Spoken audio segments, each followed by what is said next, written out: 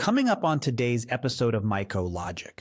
When you're looking at the hazard and then you're looking at where is it, which is the domains, inside each of those domains, whether it's testing the air, testing the dust reservoir, or testing surfaces, you have tests designed for the biological mold hazard and you have tests designed for the chemical mycotoxin hazard. And so today we're going to go into and explain what each one of these tests is designed and which hazard it actually tests for.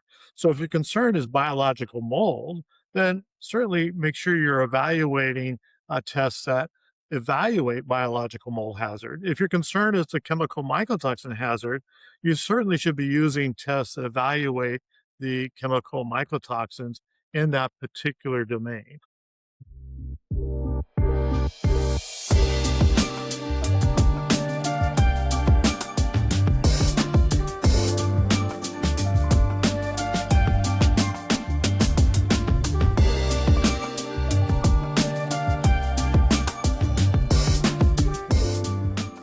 Welcome back to MycoLogic. I'm Andi Hembroff. And I'm Mark Ritacco. In today's episode, we're going to dive into different testing modalities within the three domains. But before we get started on today's exciting topic, Mark, will you help us review what we've covered in episodes 1, 2, and 3? Yeah, absolutely, Andy.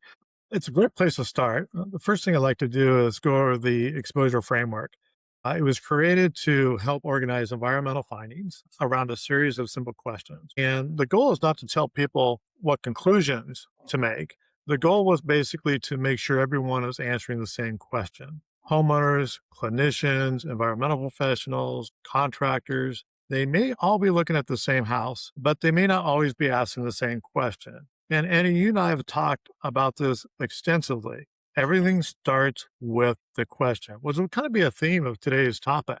So the framework itself helps to organize those questions into a logical sequence. It goes by what is it? Are we breathing it? Where is it? Is it happening now? And is the problem resolved? Now, each of these questions build on the previous one. And when people skip these steps, they can end up with very different conclusions, even when they're looking at the same information. Right. So, Mark, what you're saying is this framework isn't a testing method. It's a way of organizing this information.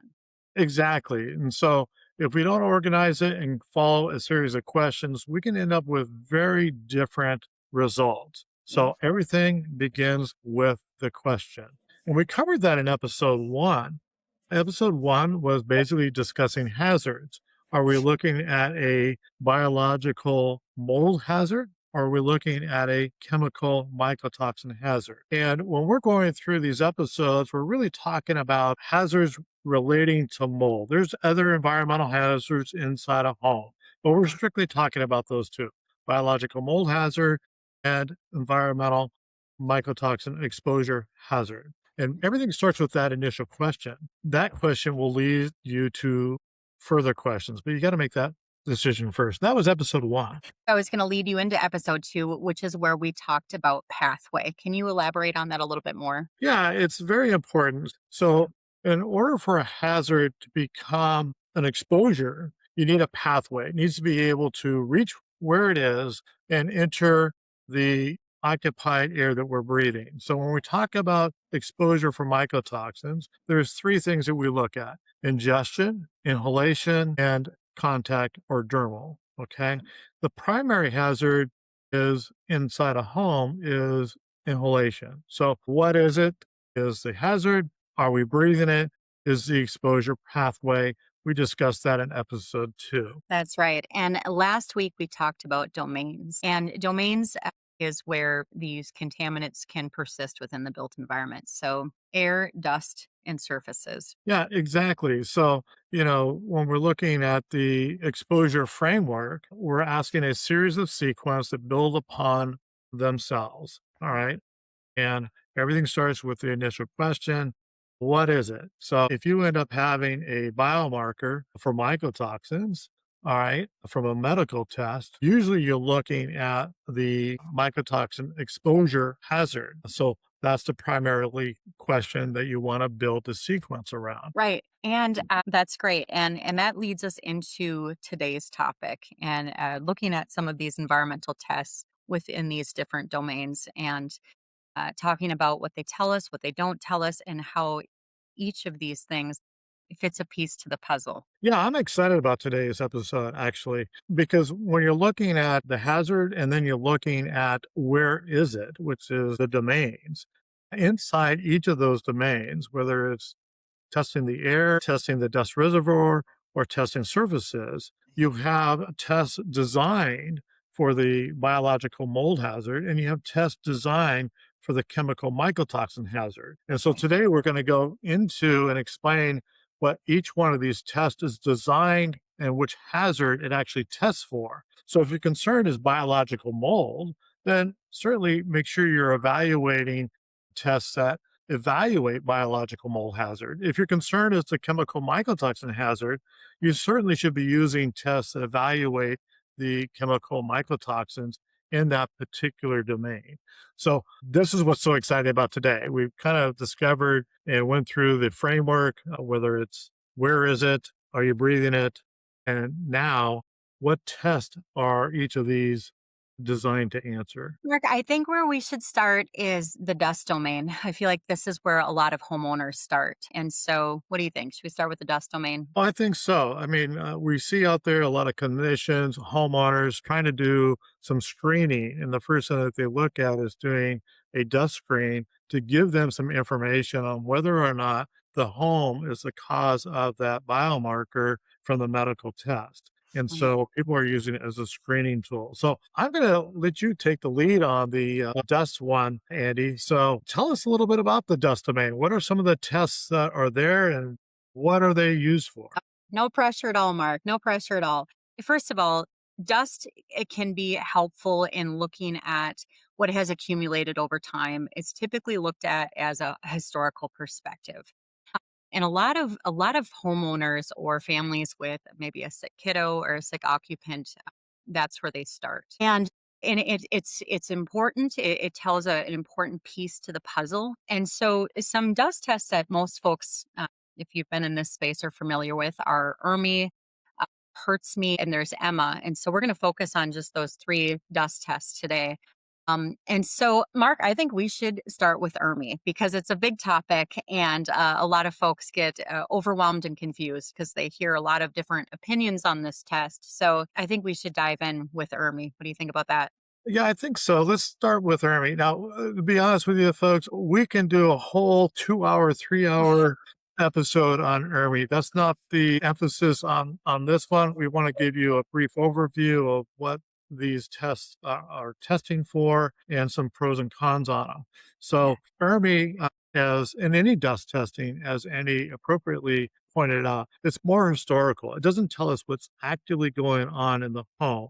So it's kind of a historical perspective of what happened in that home and it gives us some data on that. So tell me about ERMI. What was it designed for and how did it come about and what's it being used for today?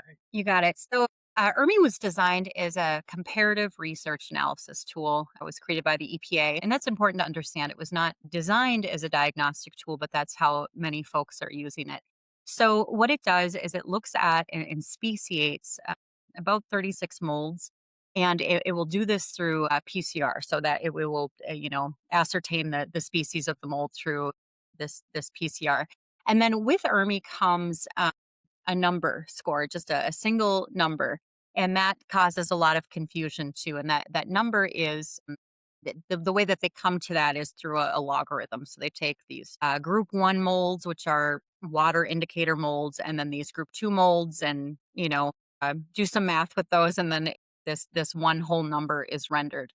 So that's how how typically it's run and what it's looking at. But again, it can be historical. Sometimes it's congruent with a current situation in the home, and it can be really validating for these families. But really, what we want to get across is when we're looking at the dust domain, that's not our final answer, and so it just leads us to something else. It can be a good signaling tool. Yeah, and I think what is important to point out when you have a high ERMI score is not to, create this anxiety. Take a Yeah. step back, understand what that score means and how to interpret it. Because, you can have let's look at two homes. Both homes have a ERMI score of 8. Now, the first home has a ERMI score of 8, but it's mostly made up of mold DNA from Stachybotrys, Cotomium, of very heavy water damaged molds that are capable of producing mycotoxins. The other home has other molds that are not really capable of producing mycotoxins, but you end up with the same score. Right. Now, which one am I more concerned about? Well, home number one, because that's the one that is capability of producing mycotoxins. Right. So all scores are not the same based on the ERMI score itself. You can get the same score, but they mean completely different things depending on what the species of mold that we're evaluating. So Mhm. never look at ERMI and go, okay, I'm going to make a decision based on the score. There's a little bit more nuances from it. It's an indication, do I need to go to the next step, which is having someone come in and evaluate the home to see if there's an active source that we want to look at, not historical, but currently active mold growth in that home that needs to be evaluated. Another thing that can affect that score, and I read this in Daniel Stee's book, Dust Money. He's got an excellent chapter on ERMI. But I'm in Minnesota, and we have a lot of snow. And so if you do an ERMI test in a climate like mine in the winter, it can really offset that score as well because you're not having so many outdoor molds come in and settle in the indoor space. So you can have higher ERMI scores based on what time of the year you're testing. So, and again, it's those kind of nuances that are really important to understand and why it's so important to work with an IEP that's knowledgeable in all of these testing modalities and all of these nuances. So, Mark, I have a very simple analogy that I like to use when I talk about ERMI to homeowners, and bear with me here for a minute. You've got a young mother, and she's coming home with her babies and she wants to put them to bed. It's been a long day. And she pulls into her driveway and she sees that her front door has been kicked in. She is terrified that there is an intruder in her home. And she's scared that he's still there and that he's gonna hurt her family. So she calls the police, and the police come and they do a sweep of the house. And she's clutching her kids in the yard. And this police officer comes out. He goes, "Oh my gosh, ma'am, I found a big footprint in your home belonging to a big man." And she's like, "Oh my gosh, well, that's terrifying. Well, is he still in the house? I don't know. Well, is the footprint from today? I don't know." So, with that said, these tests it's a great starting point. It's a great signaling tool, but I would urge the advocate in me would urge people not to make really important, expensive decisions just based on this one data point. Can be incredibly validating if you've got a family with a sick kiddo, but it should really lead to the next question, to solving the next piece to the puzzle. Totally agree with you, Andy, on all of these points. And, again, a couple of other things that people have to understand from ERMI. You're looking at the group one molds, which are the indoor water damage molds, Yeah. and then you're subtracting the outdoor molds, which they call group two molds, and they're coming up with a score. So as Andy pointed out, there are certain times of the year and certain locations where you're not going to have very high group two molds. So when you come up with the score, it could be extremely high just because of that. The other thing is people need to understand that when this scoring system was put together, it was based on taking a vacuum sample that was consistently done in every single home. So they would vacuum a certain area in every these homes on carpet, and they developed a score. So they had a consistent method of collecting the sample. That's not what ERMI is developed into. They're giving people swifter cloths to swift their home, and there's no consistency on the sample location. So No, that obviously, can adjust the score itself. So agreed. it's a screening tool. Understand that. Don't get anxiety if it comes back high. It may be validating as the next step. Yep. Maybe something in the home is going on Right. so that we can move forward in our getting answers for our family. Right, Mark. And where you sample really matters, and what dust you're testing really matters, and it will all affect that. But and just to make one last point, because a lot of people in these mold sick communities, and I'm one of them, we're just in a perpetual state of fight or flight. We're terrified. Our kids are sick. We're sick. And then when we get a data point that names our bad guy, names the assailant down to the species level, that can be really alarming.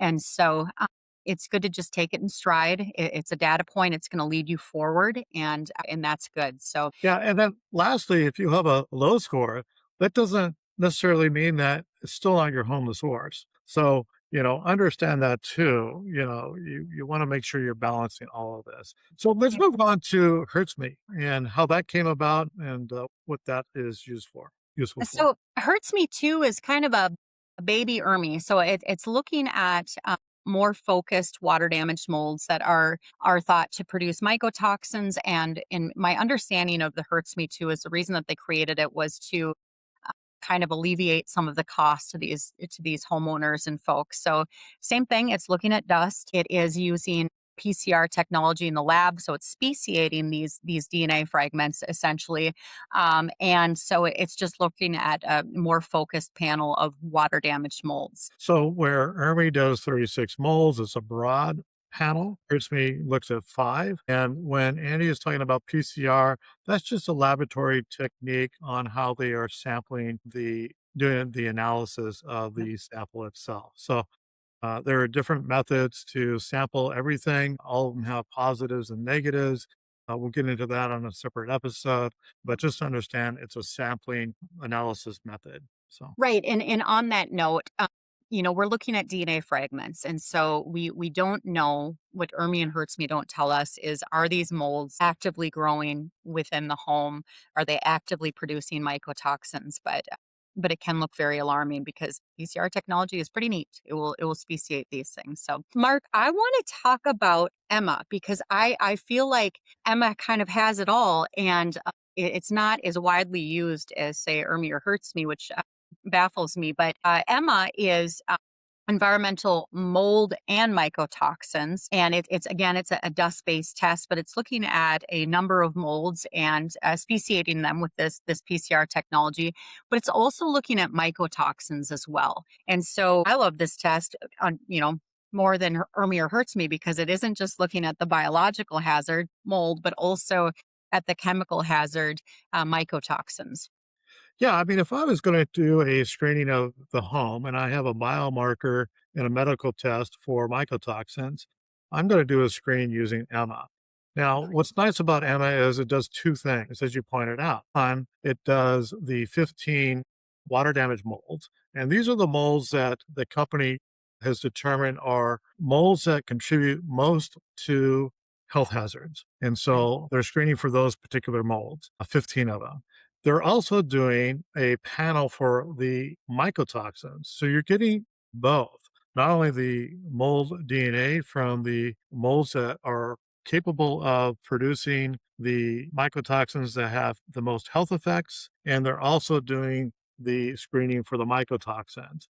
So if you're going to screen your home, and you're looking for something that, for the medical biomarker for mycotoxins, why would you do an ERMI? It doesn't test for mycotoxins. Why would you do a HERTSMI? It doesn't test for mycotoxins. Right. Now, I know the story behind it. It's like, well, if we find these water damaged molds, we know that these molds are capable of producing mycotoxins.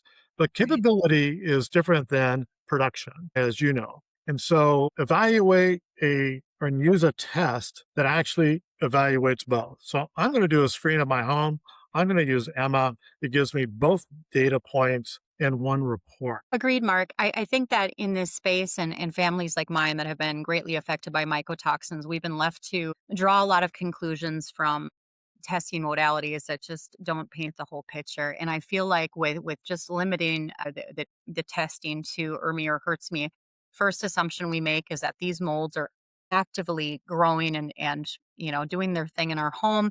The next assumption that we make is that these molds that may or may not be growing in our home are actively releasing mycotoxins. And so there's just a lot of assumptions made. And I'll tell you what, when it comes to my family and my family's health, I don't like making assumptions. So, there is no right or wrong test. There is no right or wrong domain to test. It's just understanding where each test is appropriate in the process, in the diagnostic process, and what piece to the puzzle it fits. And so, wrapping up the dust domain, it's not where you stop the investigation. And again, I think the biggest value it has for families like mine is it's validating, because a lot of these families, unfortunately, the environment is the last place they look. I know that was the case for me. We spent really a lot of money treating Lyme disease out of pocket, and then realized it was our environment, but it wasn't really obvious. So these tests can be very validating and signal these families to take the next step. So Yeah, that's probably and my biggest takeaway with the dust domain is, don't put too much absolutely. focus on it, but it's important. So It's a screening tool. yeah, Understand it's a screening tool that leads you to the next step. And yeah, if you're going to do a screening tool because you're concerned about health issues, do a screening tool that does both the biological hazard and the chemical mycotoxin exposure hazard. And that's what the dust domain does. It's historical, gives us some data, but it doesn't show us what's actively going on. So yeah. let's move on to the next one. We talked about the dust domain and the different tests that are available in the dust domain. The next one is the surface domain. And what tests are available for us in the surface domain? And why would we use them? So I feel like sometimes people get a surface domain and dust domain confused because dust will land on surfaces. But within the surface domain, again, we're looking at different hazards: biological, mold, or chemical, a mycotoxin. So the surface domain is very targeted. So we're looking at a very specific surface and saying, hey, is this mold on here, or are there mycotoxins on here? So, and there's a number of tests in this domain. Let's start with tape lifts or maybe a swab sample. So, first of all, these samples are typically evaluated through microscopy. And through microscopy, under a microscope, these lab technicians can determine the genus of these molds, so by their morphological features and things like that. And that can be valuable because under a microscope, we can say, yep, this is mold, this is fungal. But also understanding the genus of mold that you're looking at tells a story of water damage. So mold is ubiquitous in nature. It is a very important part of our ecosystem. We wouldn't be here without it. But mold is not all created equal. And in the mold world, molds are categorized by genus. And when I say genus, I mean Stachybotrys, Chytomium, Aspergillus, Cladosporium, Penicillium. Those are all genera, and then within each genera, there's species. But mold is categorized by water activity needed to grow on building material. So when we were talking about ERMI, we talked about type 1 molds and type 2 molds. And what does that mean? Well, not all molds are capable of producing mycotoxins. They're not all considered water damage indicator molds.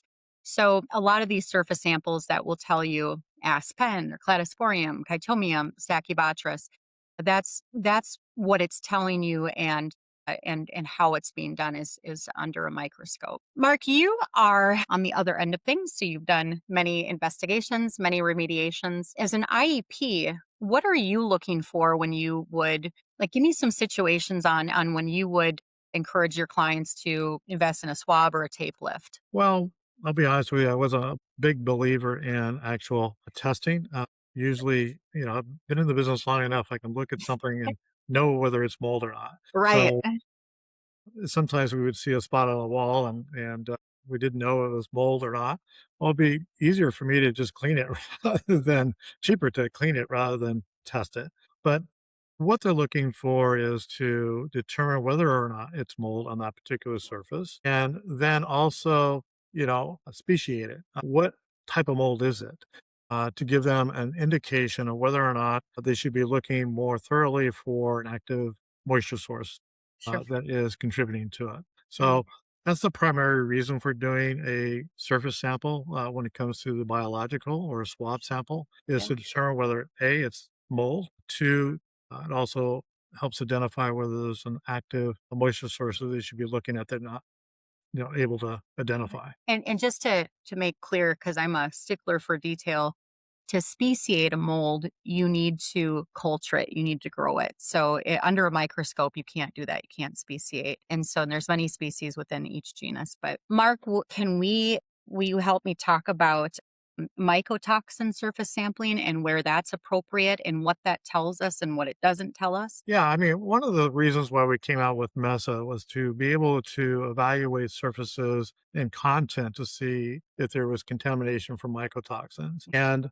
as we talked about in each of the domains, in the dust reservoir domain and the airborne domain and also surface domains, there are specific tests for biological mold and also for chemical mycotoxins. And MESA was designed to test these surfaces for chemical mycotoxins. So when people are looking at to see whether or not, let's say, a wall is contaminated or a content is safe to move into a new home, we can Yeah. now swab that and see if there are mycotoxins on that surface Yeah. that identifies whether or not contamination is there. And if there is, whether cleaning would be appropriate to remove the mycotoxins. And then finally, verification that it's actually been done. So, Right. again, very specific use of that particular test. Not everybody needs it, but it's available in certain situations where it will be helpful. Give you an example, somebody might have a real expensive piano that will never depart and want to know if it's safe. That's Yeah, safe to keep in the home. Well, it's an ideal use of the MESA swab to test for mycotoxins or contamination on that. Thank you for mentioning that. And by the way, for those that are not familiar with Respirare Labs, MESA, it stands for Mycotoxin Environmental Surface Analysis. And that's me. I'm the piano player, and I will never part with my beloved piano. And I know that when I was first navigating a toxic mold in my home and very sick, and unfortunately, we made a lot of decisions, expensive decisions based on assumptions. We wanted to be safe or sorry. And unfortunately, we got rid of a lot of things that I really loved that were very sentimental to me. And in hindsight, I know better now. I could have effectively cleaned those things. But contents is a big topic. And that might be a great episode topic for us one of these days. Because you ask 10 people about contents, you're going to get 10 different answers. But what I really love about the MESA test is there are situations like that. Like, gosh, this was my grandmother's piano, or this is really special to me, or really expensive, but it's not worth my health. Well, now we have a way to test those things and make those decisions with, not with assumptions, but with some data. So I Well, like that a lot. yeah, as you know, Andy, my background is in remediation. And, it's all about if remediation, when you look at it, is all right, is it there? Yeah. And has it been removed so it's no longer there? Yeah. And if I'm not able to test that it was there to begin with, there's no way for me to prove that it was been remediated. And that's really important. If you're doing your job as a contractor, you want to be able to show to the homeowner that that contamination is no longer there. And you got to be able to validate that. And that's so important to be able to do. And that's why MESA came about. We wanted to validate, oh boy, is it on this surface or material? Do we remove it properly? So that's the key behind it. It's really important to make sure you're able to validate that the work has been done correctly. Thank you for mentioning that because I try to explain to families like my own, because we spend a lot of money on mold remediation and sometimes small particulate cleaning and content cleaning. And, post testing and these tools they're there to protect the consumer and the professional. So remediation is objective, just like Mark said, right? You're having a company come in and you both have the understanding of I'm paying you to do this and this is how we're going to confirm that, you did this work that I paid you good money for. So again, it's good to have data that shows, yep, this is needed. And we're going to spend those resources doing these things, right? Cleaning, whatever it may be. And then, a way to say, yep, it was done correctly and it's good. So a great use of surface sampling in situations like those. All right, Andy, let's get to the final domain, which is the airborne domain. Put you back on the spot here. Tell me a little bit about the different tests we can do in the airborne domain. Okay. I want to start this domain off by saying one thing that frustrates me is people will say air sampling and they group it all into the same category. And I understand this when people are talking about air sampling and being inadequate, they're typically talking about spore trap air sampling. So that's a biological test. It's looking at mold spores in the air, typically identifying them down to the genus. And I talked about that earlier. And for me, I never had a spore trap air sample confirm an issue in my home. It absolutely has a place in the diagnostic process. But air sampling, gosh, we can test the air for so many things, so many things. It's wild, and each one is different. And so it's not fair to group air testing into one category. And again, going back to episode one, what hazard are we looking for? Are we looking for biological? So that would be spore trap air sampling, looking at mold spores. They can go on to make more mold families, right? They're alive. Or are we doing a chemical hazard? Are we looking at a chemical hazard in the air? Or both, right? Right, right. So spore trap air sampling, that's biological. And again, that's typically those samples are evaluated through microscopy and then identified down to the genus. But the air domain is really important because it is how we're being exposed to these contaminants, to these hazards within our home. And so it's a very important piece to the puzzle, and it can show pathway. Yeah, I mean, the spore trap sampling is a very valuable tool. And again, it's a tool to be used to evaluate the indoor environment. It gives the indoor environmental professional data to see what's currently active in the indoor air, what levels the spore count is compared to the outside, and Yep. whether or not there's any indicative water damage molds for something that we may not visibly be able to see. Right. So again, it's a tool. And just like any good tool, depending on the professional using it, the more data they can get out of it. But it's a tool, and it's a very useful tool. It's also a tool that people use in post remediation verification to make sure, at least on the biological mold side, that they brought and normalized the spore count down.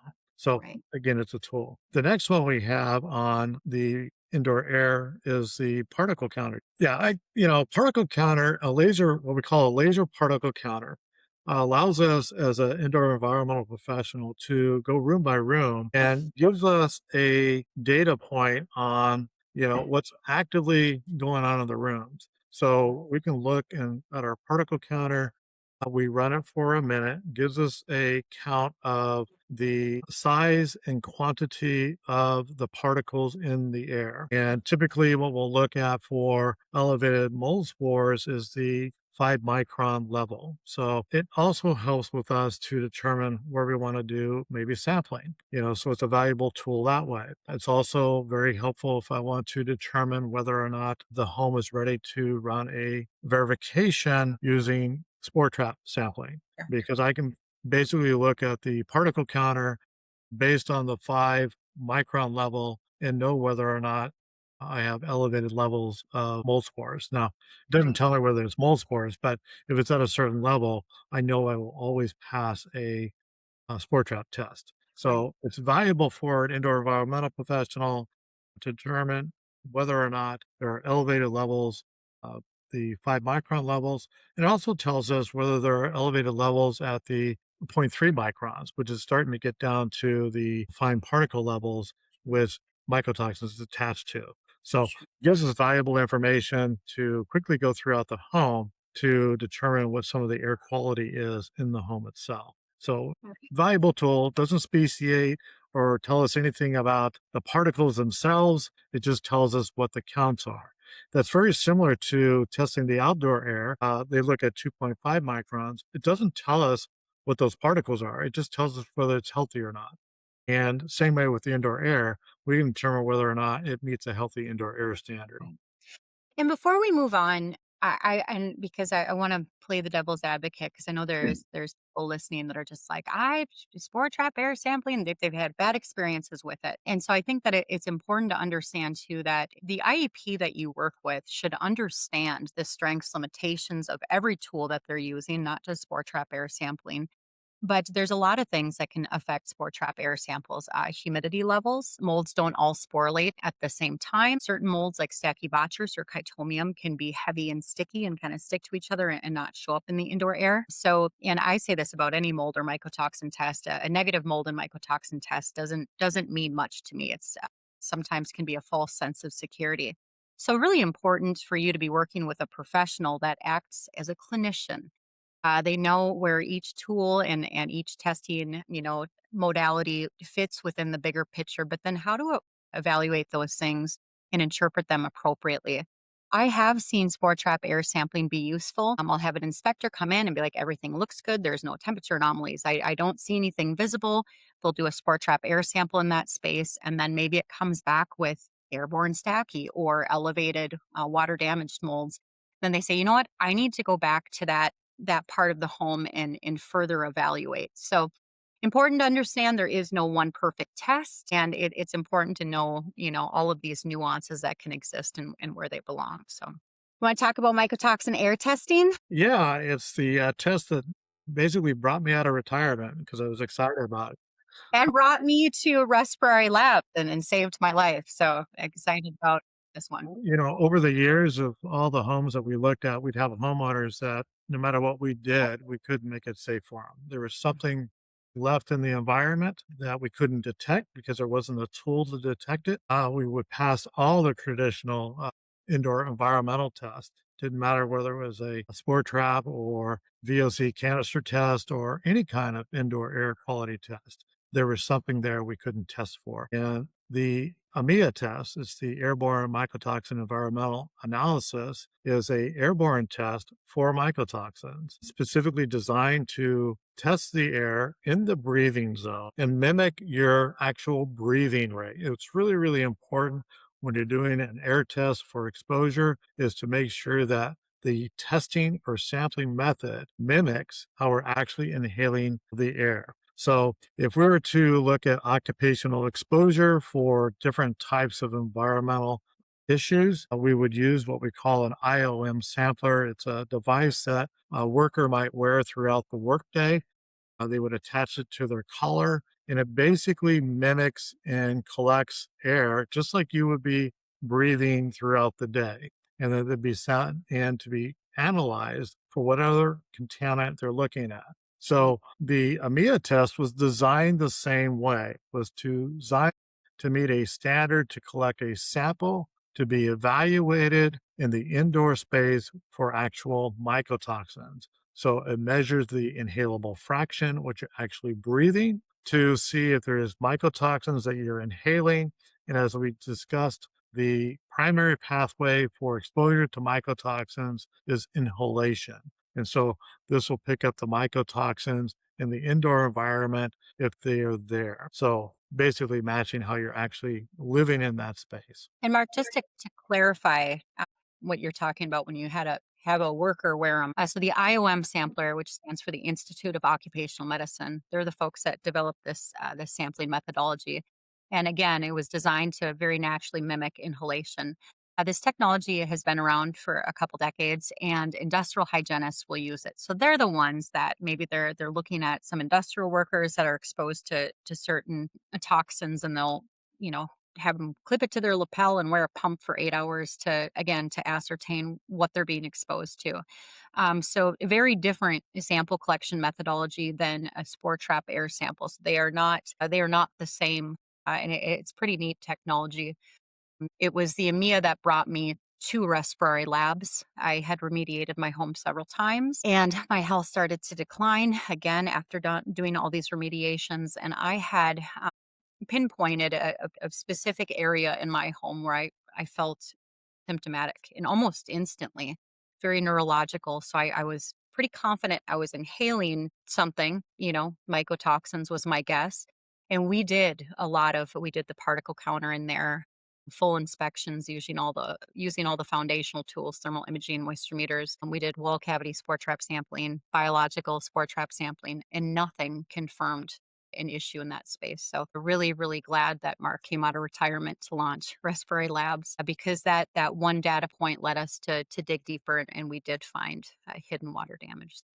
Yeah, and I think what everyone really has to understand is when we're measuring the air for inhalation exposure, we need to have a sampling method that actually matches how we're actually inhaling. And there have been devices or technologies that have come out collecting 75 liters of air per minute, large volumes, and then saying, well, we've detected mycotoxins in the air, but they don't mimic your actual breathing rate.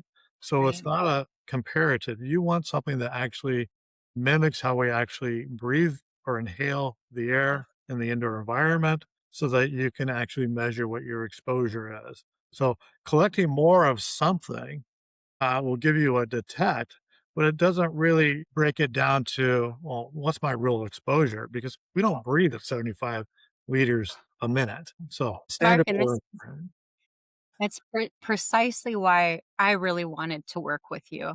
And I chased you for quite some time because I'm an advocate at heart, and I want the unseen to be seen. And it's not enough to say, yes, these things are present within the indoor environment. To be taken seriously and to incite real change in this space for families like my own, we have to express, we have to show exposure pathway. We have to say, yes, these things are present within the built environment, and here's how we're being exposed to them. So, pretty exciting technology. Very happy to be here. yeah, thanks, Sandy. And we're excited to have you on board. Mark, when indoor environmental professionals are using AMEA or mycotoxin air testing, what are they looking for? What does a detect mean versus a non-detect? Well, typically, what we're seeing or observing from a lab standpoint is a lot of samples will come in as, you know, detect or non detect. And what I would say observationally is after remediation of the indoor environment, including remediation of mycotoxins, these professionals are bringing it down to non detect. And so what I would say, if you have a detect in your home for inhalable mycotoxins, the goal is to get it down to a non detect because Right. that's pretty much a baseline considered as a non detect. And, I know that there'll be a lot of people out there saying, well, how do you know non detect should be the standard? Well, Right. we don't. We don't have enough data on it. But I would say that if you are sick in your home and you have a medical biomarker for mycotoxins, your goal should probably be to get it to a non detect. I would agree. I think A lot of companies are successful getting it down to a non-detect, and proving that they did their job correctly, which goes back to verification. You can't verify your home is successful remediation through a dust test. It has to be through the air to determine that you're not having an exposure pathway inside the indoor environment. agreed, Mark. We have to start somewhere. We have to start somewhere with collecting this data, and also I think it's really important to understand that even low level chronic exposures are really, really impactful. And I'm a testament to that. So we just should not have detectable levels of mycotoxins in our air. So, and we've got to start somewhere with creating those that framework, right? And saying this is acceptable, this isn't. So science has to start somewhere, and excited to be a part of that. So some takeaways I'd like to have people get today is that, there are different locations to do testing, different domains. Those domains are the dust reservoir domain, the surface domain, and the airborne domain. And in each of those domains, there are tests for biological mold and tests for chemical mycotoxins. And so when you want to go back to the first question, what is it? That's the hazard. Then you can look at what's the appropriate test for it in each of the domains. If you want a screening tool, the best screening tool, in my opinion, is to do the EMMA test because it does both the biological mold for water damage molds, and it also does the mycotoxin panel to determine if there's mycotoxins. That'll give us a historical in the home as a starting point to determine what the next step is. The next step will probably be looking for an indoor environmental professional to do a full home evaluation and using that data to again make the next step. It's a data point to be looked at and evaluated to make the next decision. Airborne domain, we can test for now mycotoxins in the air. That's very important to see if there's a pathway for current inhalation exposure. So those are the things I want you to get at today. Follow the exposure framework. It's a series of questions to follow the environmental sequence to end up with results for your particular situation. So very straightforward. Excellent. If you want to learn more about the exposure framework, Mark has a great book out right now. It's called Are You Breathing It? It is available on Amazon. If you are a Kindle person, you can download it for free. It's excellent. Are You Breathing It by Mark Ritacco. Also, thank you for being here today and supporting us. And if you think what we're doing is helpful and you want to support us, please hit subscribe, please share. And if you have questions about any of what we covered today, please feel free to reach out to me. You can schedule a free 15-minute consult, and I would love to connect with you and learn about your specific situation and how to help you take a step forward.